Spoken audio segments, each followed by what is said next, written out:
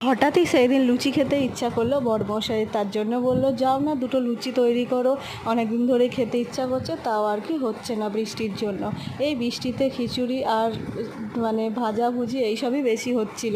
তারপর মনে হলো না, লুচি খেতে ইচ্ছা করেছে, যাই গিয়ে লুচিটা তৈরি করি।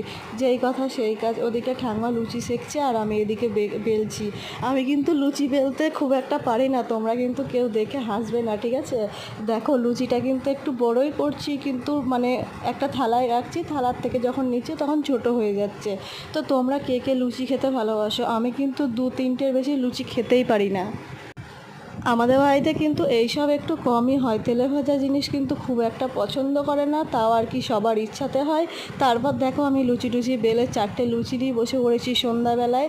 লুচি আর পনির আলুর তরকারি। তো তোমরা পনির খেতে কে কে ভালোবাসো? একটা কথা জানো তো, আমি কিন্তু দুধের জিনিস মাত্রই সব কিছুই ভালোবাসি। পনির বলো, দুধ বলো, কাঁচা দুধ, মানে জাল দেওয়ার থেকে কাঁচা দুধটা আমি বেশি পছন্দ করি। তো তোমরা কে কে এরকম জিনিস আমার মতো খেতে ভালোবাসো অবশ্যই কিন্তু কমেন্ট করে বলবে। আর আমার ভিডিও যারা যারা পছন্দ করো অবশ্যই কিন্তু ভিডিওটাতে লাইক কমেন্ট শেয়ার করে দেবে। আর চ্যানেলটি নতুন হলে চ্যানেলে সাবস্ক্রাইব করে দেবে। লুচিটা কিন্তু ভালোই হয়েছিল, ফুলকো ফুলকো লুচি, গরম গরম। তোমরা খেকে অনুভব করছো অবশ্যই কিন্তু বলবে বন্ধুরা। তো দেখো আমি ততক্ষণ খেতে থাকি আর তোমরা ভিডিওটা দেখো। আর মিতালি মণ্ডল নামে আমার ফেসবুক আছে, গিয়ে অবশ্যই তোমরা ফলো করে দিও। আর দেখা হচ্ছে অন্য কোনো ভিডিওতে। বাই।